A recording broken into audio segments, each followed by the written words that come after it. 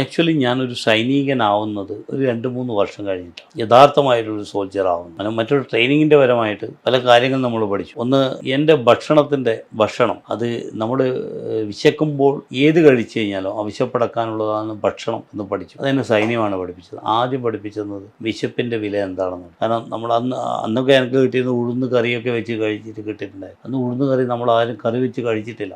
ഞാൻ ഇളയ പുത്രനാകുമ്പോൾ എൻ്റെ അമ്മ കുഴക്കട്ടി ഉണ്ടാക്കുമ്പോൾ ഞാൻ അമ്മയോട് പറയും, ഇപ്പോൾ എല്ലാ ദിവസവും വീട്ടിൽ കുഴക്കട്ടിയാണോ എന്ന് പറയുമ്പോൾ അമ്മ പറയും ഇല്ല, അപ്പോൾ നീ കുറച്ചുകൂടി വെയിറ്റ് ചെയ്യുമെന്ന് പറഞ്ഞാൽ എന്നെ അമ്മിയിൽ അരച്ചിട്ട് ദോശ ചുട്ടു തരും. ആ ദോശ പോലും സ്വാദില്ലാതാണെന്ന് പറഞ്ഞ് അകറ്റിയിട്ടുണ്ടായിരുന്നു ഞാൻ ആ സമയത്ത്. പക്ഷേ അന്ന് എപ്പോഴും ആ കറി വെച്ച് ആ ചപ്പാത്തി പോലുള്ള ഇത് കഴിക്കുമ്പോൾ നമുക്ക് ഒന്നും ശീലമില്ലാത്ത കാര്യങ്ങളാണ്. പ്രത്യേകിച്ച് ഇന്നത്തെ കാലത്താണ് എല്ലാവരും നോർത്ത് ഇന്ത്യ ഫുഡും മറ്റുള്ള എല്ലാ കാര്യം കഴിക്കുക. അന്നൊക്കെ തികച്ചും ബാക്ക്വേർഡായിട്ട് നമ്മൾ അങ്ങനെ ഒന്നും കഴിക്കാറില്ല. അപ്പോൾ അങ്ങനെ ആ കഴിച്ചുകൊണ്ടിരിക്കുന്ന സമയത്ത് എൻ്റെ അമ്മയും ഓർത്ത് ഞാൻ ഇങ്ങനെ ഭക്ഷണം വെക്കുമ്പോൾ എൻ്റെ ഉള്ളിൽ നിന്ന് കണ്ണിൽ നിന്ന് ഒരു തുള്ളി കണ്ണുനീരും.